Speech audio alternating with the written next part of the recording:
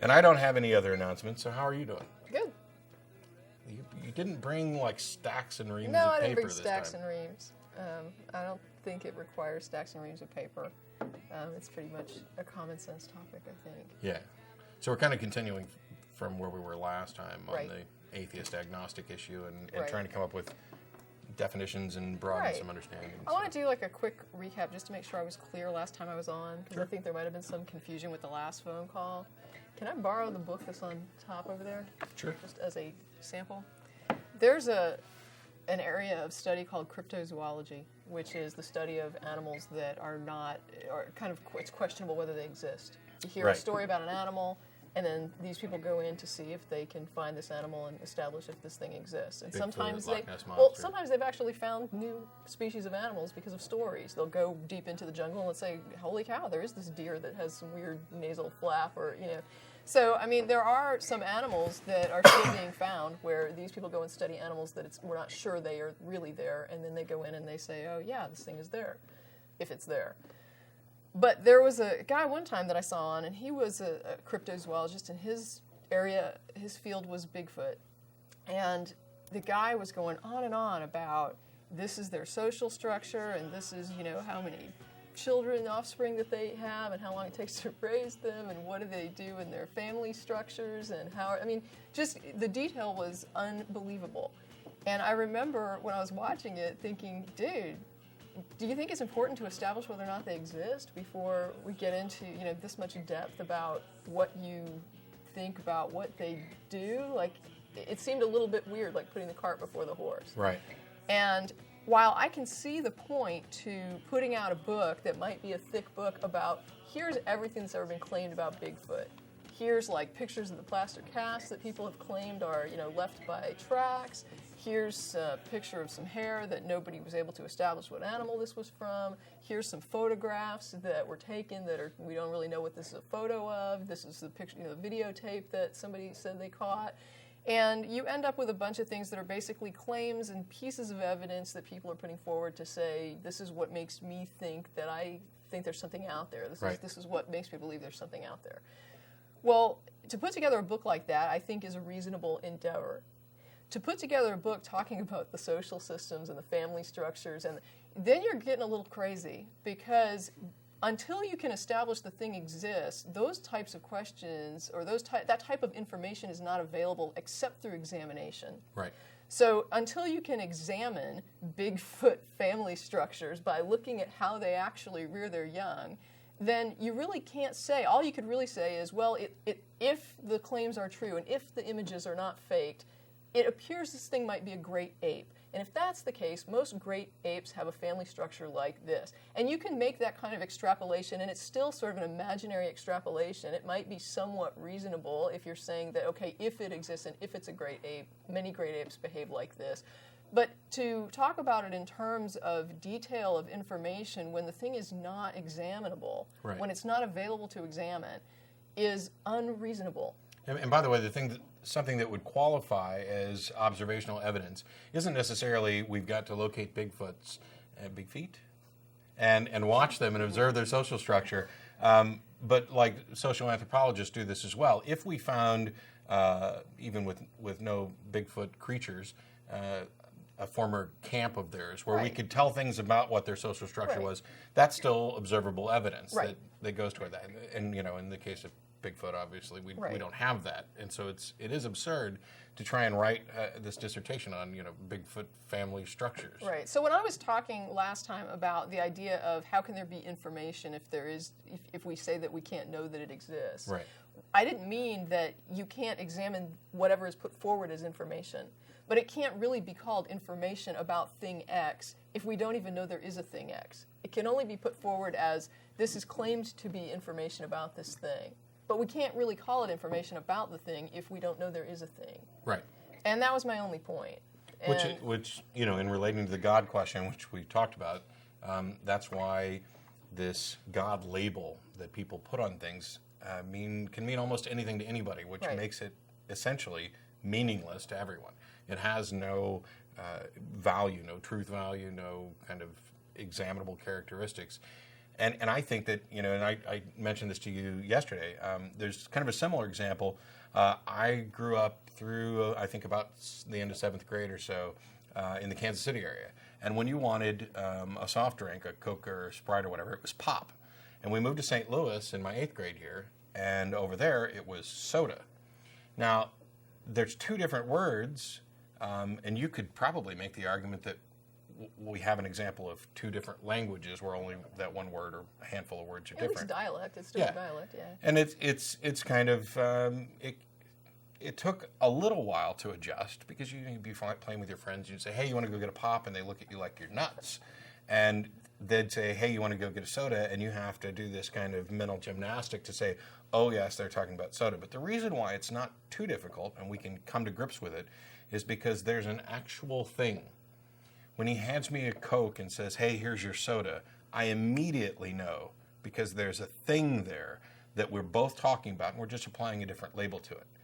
We're good at that kind of shortcut understanding, and we take linguistic shortcuts all the time. Everything we talk about is kind of shorthand. We make assumptions that the people that we're talking to, if they speak the same language, have some of the same understandings, that we don't have to go into, you know, overly pedantic details about every little thing we're talking about to get the point across. And when, you know, and I'm kind of inventing this, but if you had two people who are talking about what their beliefs are, and one of them says, "I believe there's, you know, this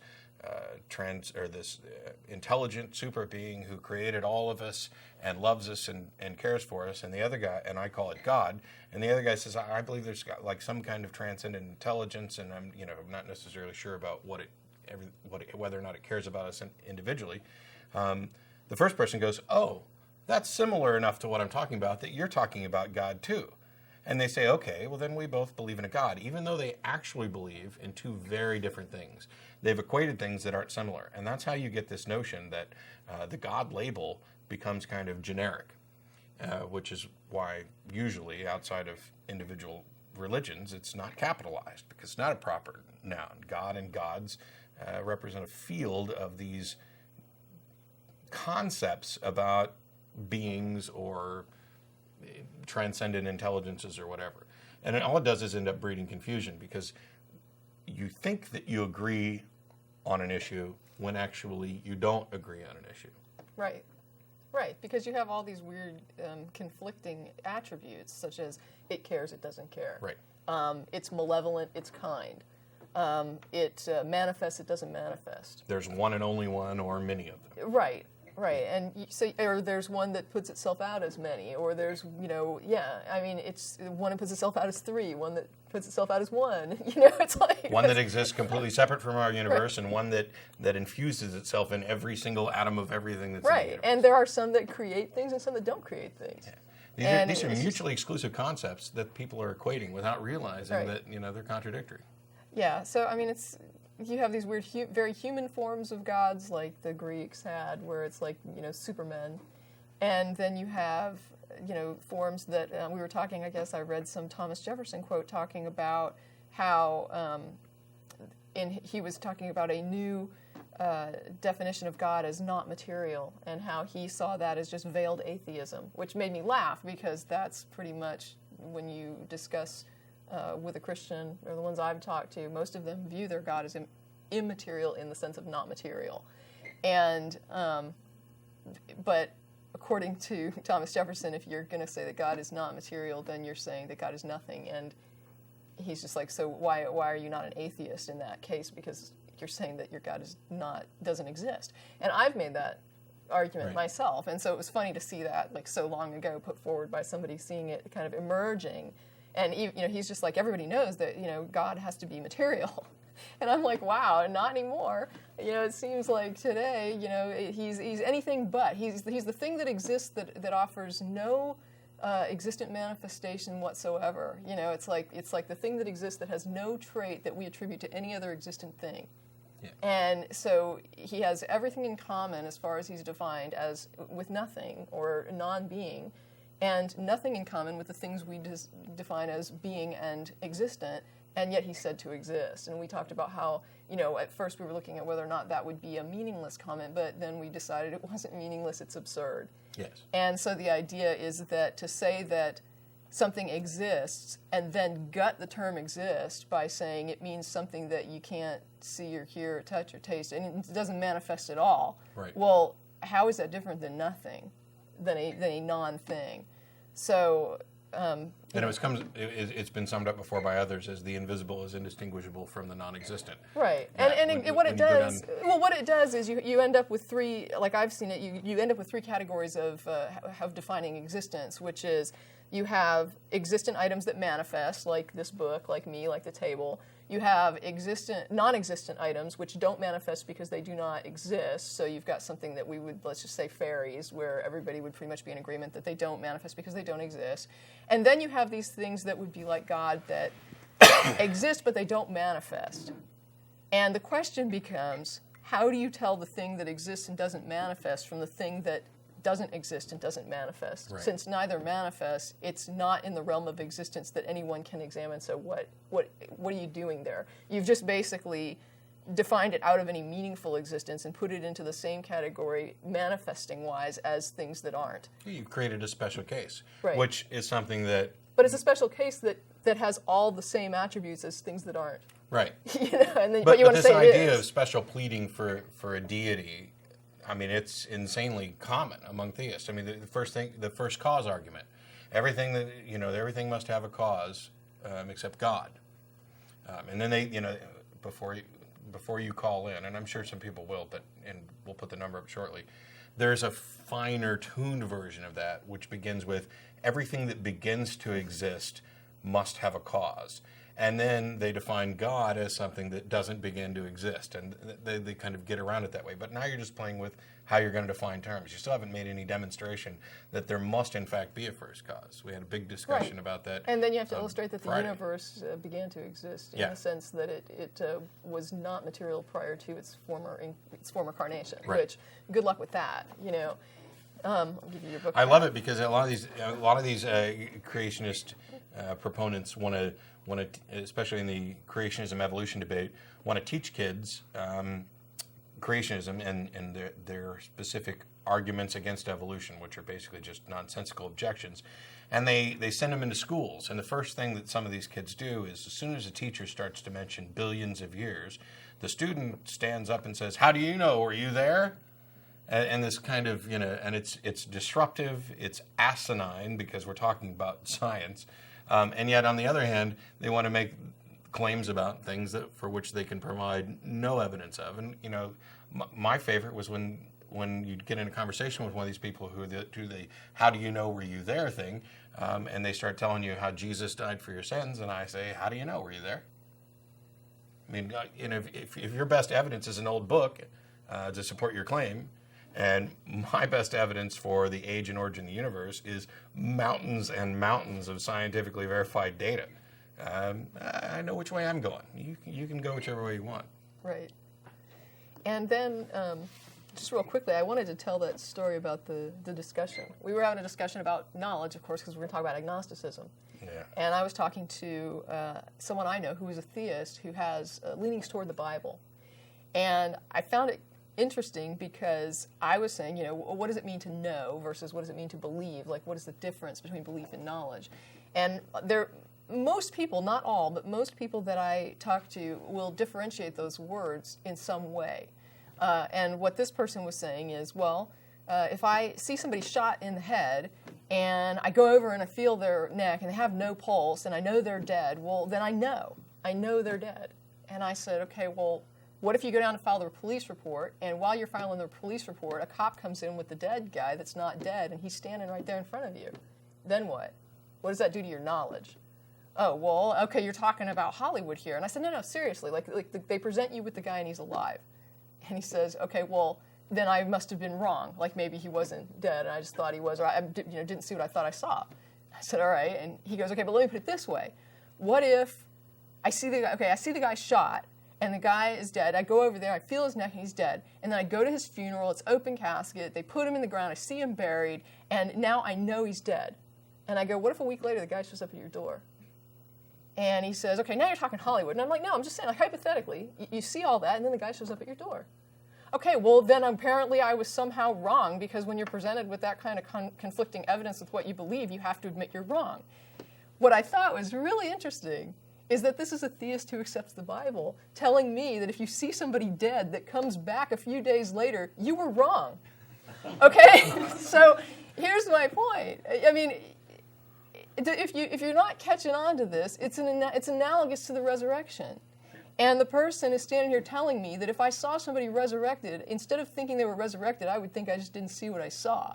So if it's logical to this person to think that if I see somebody alive a couple days after I saw as much as I could possibly see to convince me that they're dead, that I must have been wrong still, despite the mountain of evidence that would have convinced me this person is dead, I'm not going to stick to that. I'm going to say I was wrong. Yeah, I would agree.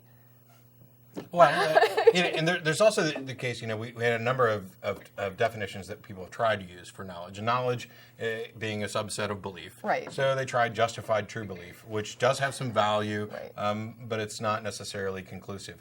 But the other thing about knowledge is that this goes back to the shorthand that I was talking about. When we make a claim about what we believe, what we know, especially when we're talking about like experiential things, it's also kind of bounded by time.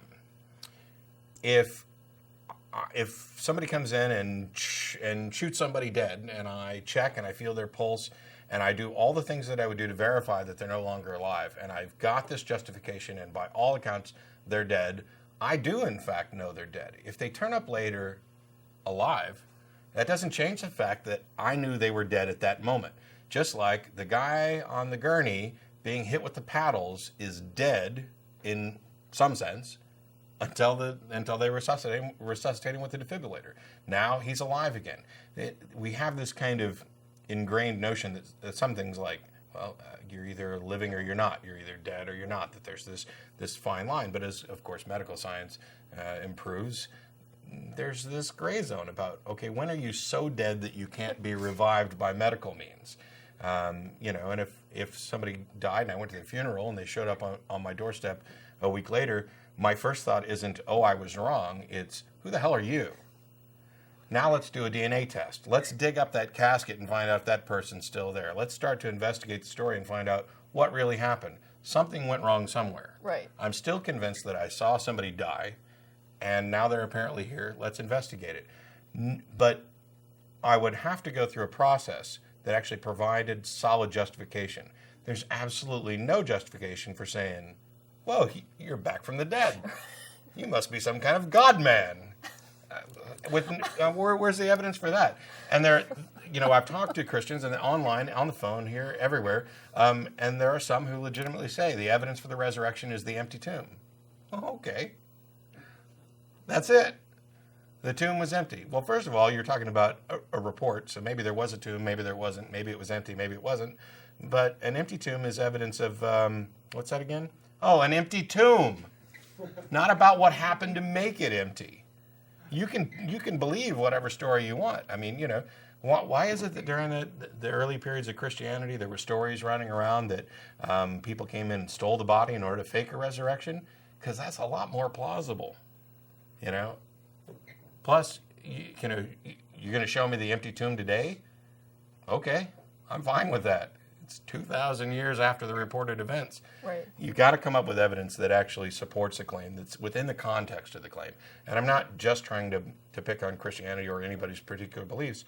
We're talking about a number of different things. Belief, the position of accepting a claim as true. Knowledge as a kind of a subset of belief, which may or may not be useful, and we'll get to that. And what the actual justification for some of this is. So I know you've got more that you want to kind of keep going through. But we're running along the same lines. Yeah. Basically, the idea of. But I talk all the time. It's your week. I wanted to just run real quickly through the idea of what it means to say I don't know about something, and then we were going to talk about what it doesn't mean to say I don't know. So there is like a school of thought, and I think that Matt and I are on the same page about this, that there's a concept that there really is no such thing as knowledge in the sense of surety or 100% certainty. That you can feel sure when it comes to existential claims, claims of existence. You're going on very strong, very verified beliefs usually when you're talking about the idea of no.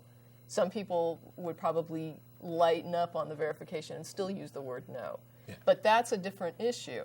The issue of saying there's no such thing as knowledge, there's only greater and lesser belief based on what I consider to be verified data or verified claims, is to basically say that the statement "I don't know" is meaningless in terms of knowledge is really not a meaningful term. Yeah, we've talked about it on the show before, and I haven't had anybody give me a good reason not to hold this position. And if you have a good reason not to hold it, that's fine. I'd love to discuss it.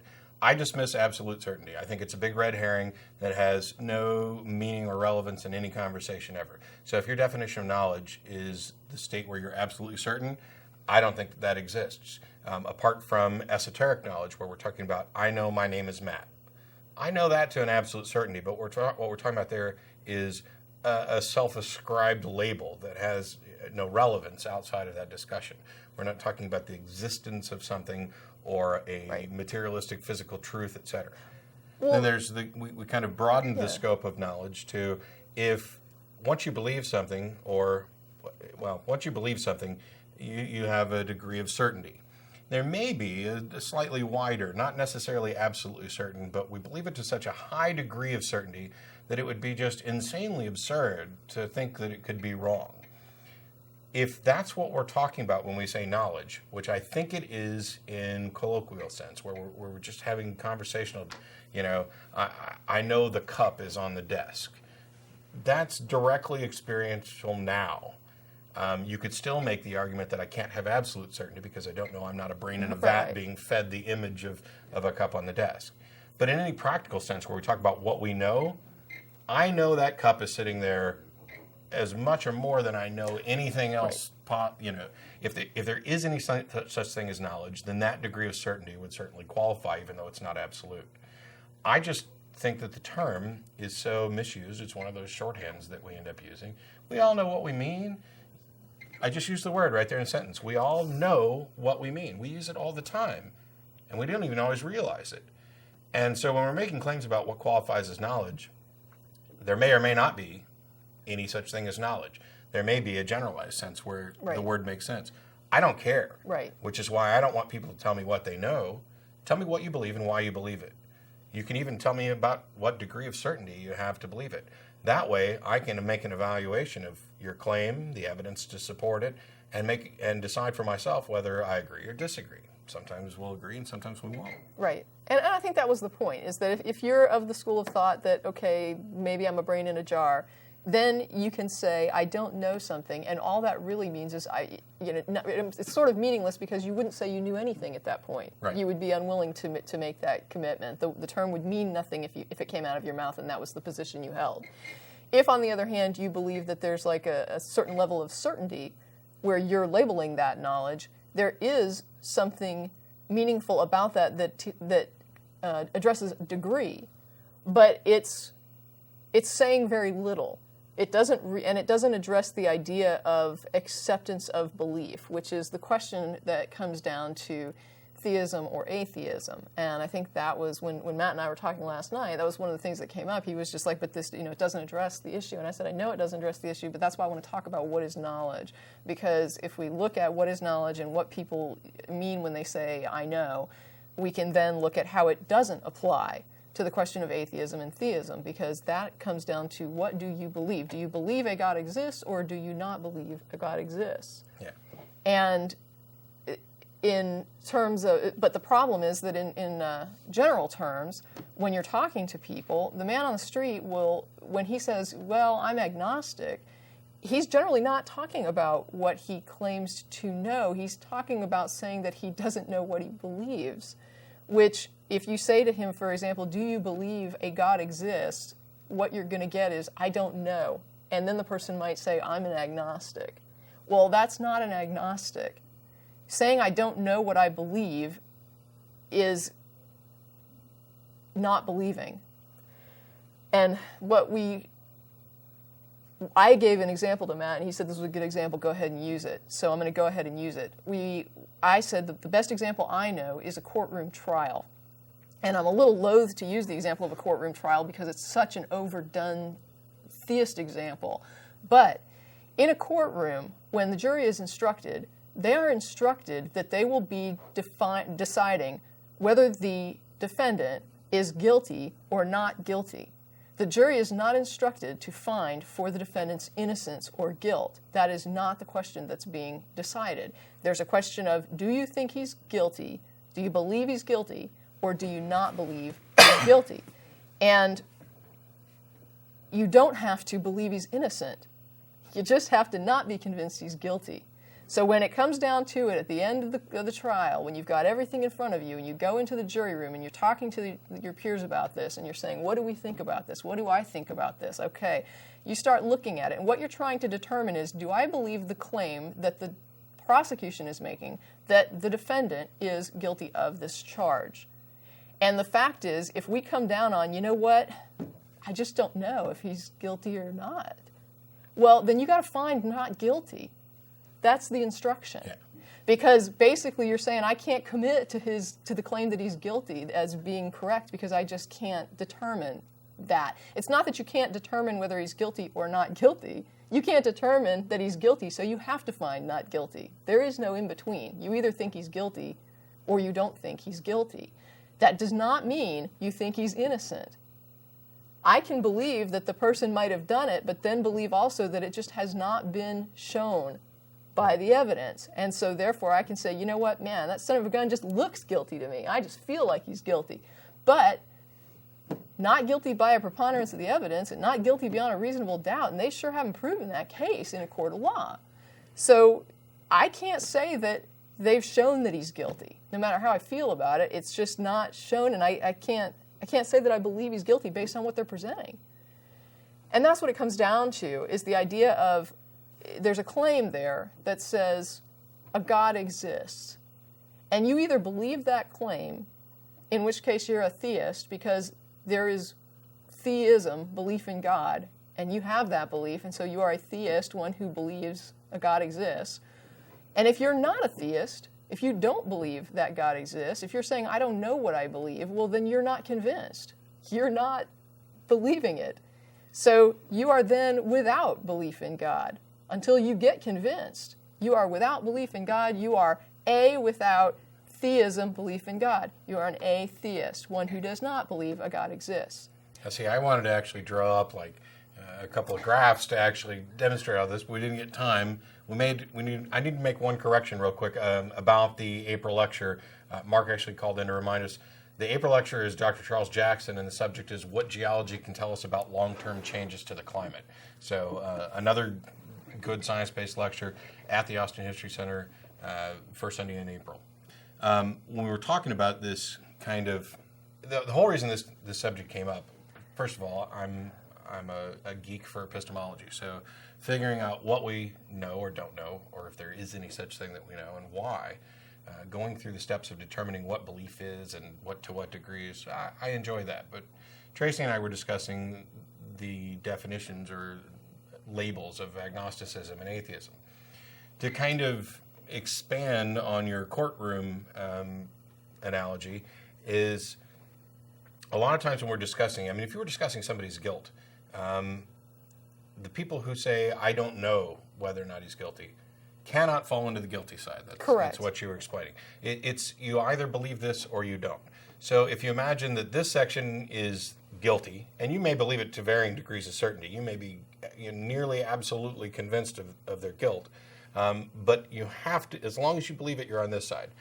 Everything on this side becomes not guilty. Not belief. But right. there's a negation of the claim, which is innocence. And if you were to set that over on this side, there would be people who they're still in the not guilty category. They're still on this side, but there would be people who also believe that the defendant is actually innocent and to some degree of certainty. You can do this exact same thing when we're talking about the issue of the existence of God. There are theists who believe to varying degrees of certainty. Everybody on this side is an atheist. And then there is this other definition, or this smaller classification, who actively believe that no God exists. And that would qualify as strong atheism, although we don't generally get into kind of dividing it. So if you imagine those three sections, when we're talking about what is your position or what is your belief with regard to the existence of God, the theist is definitely over here. The atheist is somewhere over here. The strong atheist being in the small category. Where's the agnostic? Well, what have they actually told us? Maybe they've told us they don't know what they believe, so they don't know where they are in the scale. But they know they're not there. But which means they can't possibly be on the belief side because they don't know what their position is between these two. So they're automatically on the atheist side just by virtue of not knowing. If they're making a claim about what their position is on knowledge, they've avoided answering the question entirely because now what they've said is, I'm not in these two little narrow bands at either end. They think they're in this middle section. They think that they've found the pathway to an intellectual happy middle ground, and they're wrong. They're on this side for sure, but if they just say they're agnostic, in reality, they're on, and they don't address what their belief is, they're everything within the bounds of what we qualify as knowledge, because you can be an agnostic theist or an agnostic atheist. All you're saying is, I don't know, whether it's absolute certainty or your variable certainty that we talked about earlier. So they haven't answered the question at all. They haven't told us what their position is. Right. And that's why, like absolute certainty and in a sense of knowledge, I tend to find agnostic when you're talking about the issue, does a God exist? And somebody says, I'm agnostic. Well, thank you for telling me absolutely nothing. You've told me either you don't know what your belief is or you don't accept the idea of knowledge. Neither of which relates to the question that I asked, neither of which provides anything productive to the discussion. To tell me you're an agnostic means nothing. There is the alternate kind of man on the street definition where they're trying to claim this middle ground. The problem is that they don't view it as this middle ground between belief that there is they think that it's belief that there is a God versus belief that there's no God. They're trying to claim that they're in the middle ground on this very fine point, that they actually have no position at all, which is impossible. Because theism, or the belief, or the acceptance of guilt in the courtroom example, is something that you must possess, and anything short, including doubt or confusion or not understanding the claim very well, puts you on the side where you're not believing. And that's kind of what we were getting to in the discussion. Right. And my concern with this whole thing is that, and to be fair to people, you get these weird varying definitions sometimes from sources that are not hack sources. Right. So if you take a huge range of definitions for atheism and even sometimes for agnosticism, you do get some confusing ranges of definitions. But again, if you're not a theist unless you believe. See, and there was a period of time after I stopped being a Christian and before I said, hey, I'm an atheist, where I probably would have identified myself as an agnostic. But the only reason that I would have done that is because I didn't have a good understanding of what the terms were, what the issues were, and how we go about addressing things. Well, the irony is that there's a lot of people who are not theist, which is atheist, right. Who are calling themselves agnostic, thinking that they're saying, I don't know whether I'm theist or not. But you can't claim to not know that you believe something. If you aren't sure that you accept the claim, that's not belief. Just like if you told me something and I said, I don't know, I'm looking all iffy, and you said, well, don't you believe me?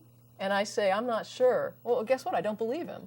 If I believed him, I would know. I would say, yeah, I believe you. But not being sure whether or not I believe you means that I can't say I believe you. And that's very simple. Right. There's nothing hard about it. But the agnostic makes it hard by wanting to say, I don't know if I believe. Well, if you don't know if you believe, then you can't call that belief.